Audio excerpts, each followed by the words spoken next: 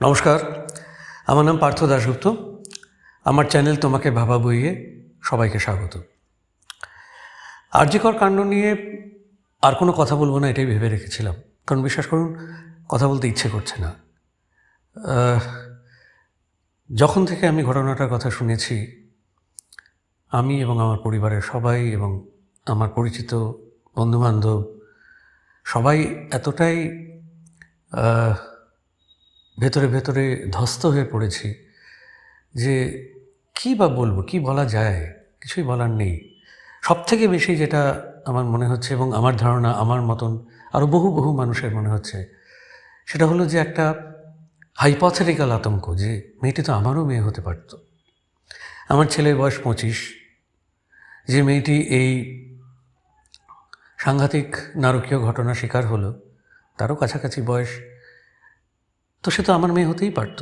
আমার মনে হয় বহু মানুষ আমার বয়সী তারা এভাবেই ভাবছেন এবং ভেতরে ভেতরে শিউরে উঠছেন, যেমন আমিও মাঝে মাঝে শিউরে উঠছি।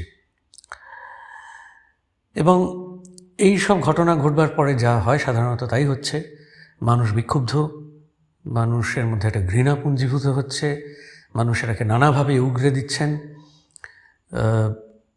স্বভাবতই এর মধ্যে রাজনীতির গন্ধ বহু লোকে দেখছেন এবং আমরা যে একটা পচা গলা ব্যবস্থার মধ্যে বাস করি সেই ব্যাপারটা একেবারে বেআব্রু হয়ে পড়েছে। আন্দোলন দানা বাঁধছে, মূল যে আন্দোলনটা ঘটছে সেটা ঘটাচ্ছেন আরজিকর মেডিকেল কলেজ এবং হাসপাতালের পড়ুয়া এবং চিকিৎসকরা, তার সঙ্গে অন্যান্য মেডিকেল কলেজ এবং হাসপাতালের পড়ুয়া চিকিৎসকরা, তারা যাকে বলে মাটিতে নেমে আন্দোলন করছেন। বস্তুত তাদেরই আন্দোলনের চাপে সন্দীপ ঘোষকে আরজিকর মেডিকেল কলেজের অধ্যক্ষের পদ থেকে সরিয়ে দেওয়া হয় এবং ন্যাশনাল মেডিকেল কলেজের ছাত্রছাত্রীদের চাপে তাকে সেখানে যে পুনর্বাসনের ব্যবস্থা করা হয়েছিল সেটাও আর করা সম্ভব হয়নি। ছাত্রদের এবং ডাক্তারবাবুদের হাতে এই আন্দোলনের রাশ, এবং তারা সত্যিকারের স্টেক হোল্ডার, তাদের হাতে এই রাশটা থাকা উচিত বলে আমার মনে হয়। কিন্তু এইসব ক্ষেত্রে যা হয়, বিভিন্ন গোষ্ঠী, সেটা রাজনৈতিক হতে পারে, অন্যান্য গোষ্ঠী হতে পারে, তারা এই আন্দোলনগুলোকে, যেটাকে ইংরেজিতে বলে হাইজ্যাক করার চেষ্টা করে। তার প্রধান কারণ হচ্ছে প্রত্যেকেরই কিছু না কিছু এজেন্ডা থাকে। সেই এজেন্ডাটাকে যেন তেন প্রকারানো এবং যে কোনো জায়গায় গরুর রচনার মতন পুশ করাটা তাদের একটা ভীষণ ধর্মীয় কর্তব্য। সেটা তারা করে চলেছেন এবং করেন। এটা আমরা সবাই জানি এবং এগুলো আমরা দেখতেও পাচ্ছি। এই যে আন্দোলনটা হচ্ছে, এর মূল লক্ষ্য মূলত দুটি বলে আমার মনে হয়। প্রাথমিকভাবে যে বা যারা দোষী তাদের চিহ্নিত করে শাস্তি বিধান করা, এবং দ্বিতীয়ত যে পচা গলা ব্যবস্থার শিকার হতে হলো মেয়েটিকে, সেই ব্যবস্থাটা যাতে কায়েম না থাকে, সেটা যাতে ভাঙে, যাতে একটা সুস্থতর ব্যবস্থার মধ্যে আমরা সবাই বাস করতে পারি, কাজ করতে পারি, সেটার জন্য চেষ্টা করা। যে কোনো সভ্য সমাজে সেটাই হওয়ার কথা। কিন্তু আবার পাশাপাশি আন্দোলনের রাশ, যেমন বললাম, সবসময় তো শুধু স্টেক হোল্ডারদের হাতে থাকে না, নন স্টেক হোল্ডারদের হাতেও চলে যায়। যেমন আমরা খুব সামান্য কিছুদিন আগে বাংলাদেশে দেখলাম যে ছাত্রছাত্রীরা আন্দোলন শুরু করেছিলেন, কালক্রমে সেই আন্দোলনের রাশ তাদের হাত থেকে সরে যায় এবং প্রচুর প্রতিক্রিয়াশীল শক্তি, যারা সভ্য সমাজের পক্ষে ভয়ঙ্কর, তাদের হাতে সেই আন্দোলনের রাশ চলে যায় এবং তারপরে কী কী ঘটেছে আমরা সবাই দেখেছি। কিন্তু আশা করতে তো কোনো অন্যায় নেই যে এই ব্যাপারটাও একটা সময় থিতিয়ে যাবে এবং আশা করা যায় যে বাংলাদেশে সার্বিকভাবে গণতন্ত্র এবং একটা সভ্য ব্যবস্থা কায়েম হবে। যেটা আমার খারাপ লাগছে এবং যেটার জন্য এই ভিডিওটা করা, সেটা হলো একটা বিশেষ কোট আনকোট আন্দোলনের ডাক দেওয়া হয়েছে, যেটাকে বলা হচ্ছে reclaim the night. Reclaim the night নতুন কিছু নয়, এটা 1960-এর দশক থেকে মার্কিন যুক্তরাষ্ট্র থেকে এই ব্যাপারটা ছড়িয়ে পড়ছে এবং বহু দেশে বহু জায়গায় রিক্লেম দ্য নাইট বা রাত দখল করো, এই জিনিসটা হচ্ছে। আমার কতগুলো কথা বিষয়ে বলা আছে, যেটা বলবার জন্য ভিডিওটা করা।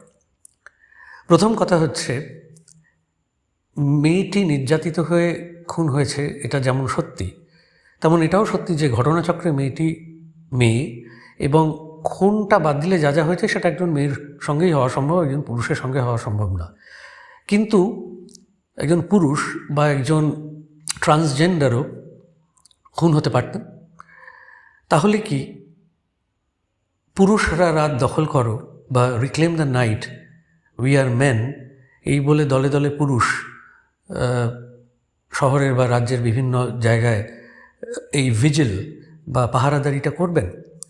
আমার কথা হচ্ছে যে নিশ্চয়ই একজন মেয়ের নিরাপত্তা নিশ্চিত করা, সেটা যেমন আমাদের সবার কর্তব্য, নারী পুরুষ নির্বিশেষে, তেমনি প্রশাসনেরও কর্তব্য। কিন্তু সেই বড় ব্যাপারটা থেকে দৃষ্টি সরিয়ে একটা নারীবাদমুখী ঘটনা কেন ঘটানো হচ্ছে এটা আমার কাছে খুব পরিষ্কার না। মেয়েরা রাত দখল করো বলে ঠিক কি বোঝাতে চাওয়া হচ্ছে? মানে এটা তো ঠিকই যে মেয়েরা পুরুষতন্ত্রের শিকার। এখনও আমার আপনার চেনা প্রায় সব মেয়ে কর্মক্ষেত্রে বলুন, যানবাহনে বলুন, তারা পুরুষের যৌন লালসার শিকার, পুরুষতন্ত্রের শিকার, তারা নানা রকম ডিসক্রিমিনেশনের শিকার। এটা নিয়ে কারো কোনো দ্বিমত থাকার জায়গাই নেই। কিন্তু আন্দোলনটা মূলত একটা পচাগলা ব্যবস্থাকে পাল্টানোর, এটার মধ্যে একটা লিঙ্গ রাজনীতি ডেকে এনে মেয়েরা রাত দখল করো বলে ঠিক কি আশা করা হচ্ছে, এটা এক। দুই হলো যে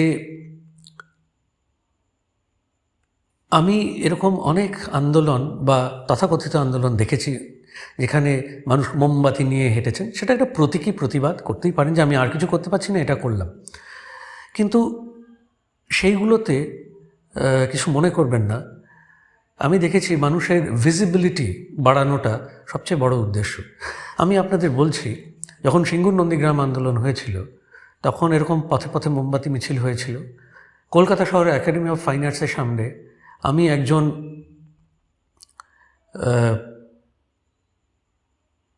শিল্পীকে, একজন মিডিয়া পার্সনকে ডেকে বলতে শুনেছিলাম যে কি হলো, আমার বাইট নিলি না? আমার সাংঘাতিক ধাক্কা লেগেছিল কথাটা শুনে। এখন প্রতিবাদ আর প্রদর্শনী এক জিনিস নয়। বিদ্রোহ আর এরকম একটা এক্সিবিশনিজম সেটা এক জিনিস নয়, এটা আমাদের বুঝতে হবে। এবং এটা থেকে আমরা কি পাওয়ার আশা করছি? আমার মনে হয় এই ধরনের প্রসাধনিক কাজকর্ম দেখলে শাসকের হাত শক্তই হয়। তারা মনে করেন মোল্লার দৌড় মসজিদ অবধি, এরা তো এর বাইরে যেতে পারবে না, ফলে আর কি হবে। একটা কথা বলে শেষ করব। আজ বিকেল থেকে একটা পোস্ট চারদিকে ঘুরছে নানা রকম সোশ্যাল মিডিয়ায়, হোয়াটসঅ্যাপেও আসছে। আমার স্ত্রী ওর হোয়াটসঅ্যাপে এই মেসেজটা পেয়ে আমাকে দেখান, এবং তাতে দেখতে পাচ্ছি যে অনেকে বলছেন যারা আসতে পারবেন না মধ্যরাতে রাত পাহারা দিতে, তারা নিজের বাড়িতে 12টার সময় শাঁখ বাজান। প্রথম কথা, শাঁখ বাজানোটা কথা বলে এটার মধ্যে একটা এমন একটা ধর্মীয় অনুষঙ্গ জুড়ে দেওয়া হলো যেটা মানুষকে ভাগ করে। আমরা জানি গ্রামে গঞ্জে বিপদের আশঙ্কায় হিন্দু মেয়েরা শাঁখ বাজান, মুসলমান মেয়েরা আজান দেন। এখানে কিন্তু শাঁখ বাজানোর কথা বলা হচ্ছে।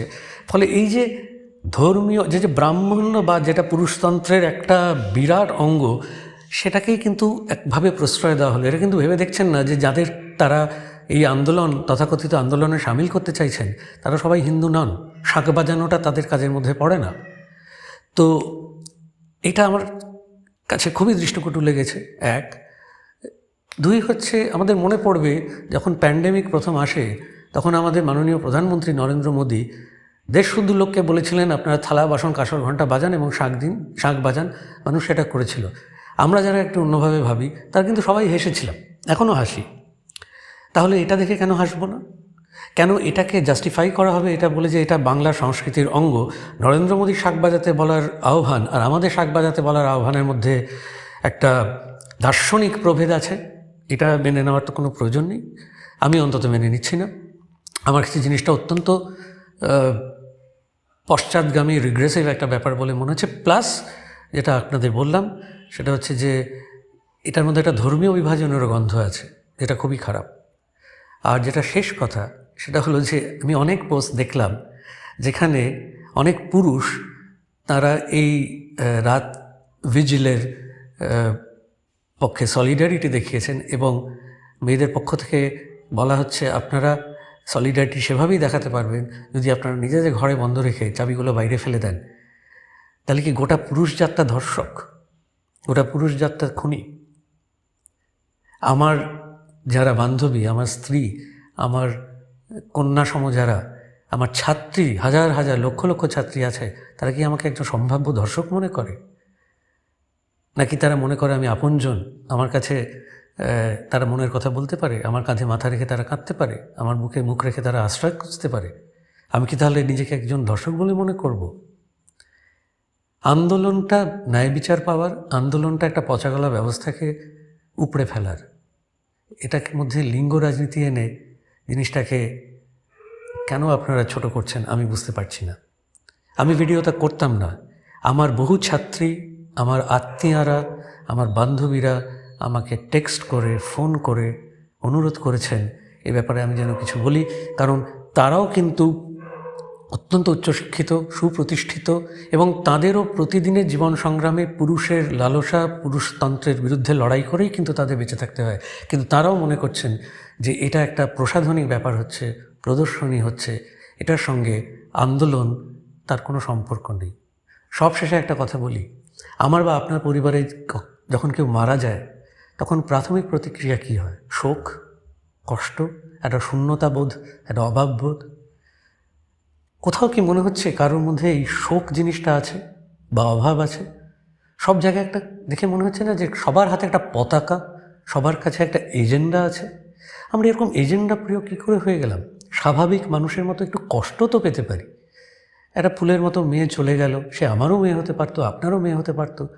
তার মৃত্যুতে এরকম একটা নারকীয় মৃত্যুতে কোনো শোক নেই, কষ্ট নেই, যন্ত্রণা নেই, হাহাকার নেই, শুধু এজেন্ডা আছে, পতাকা আছে।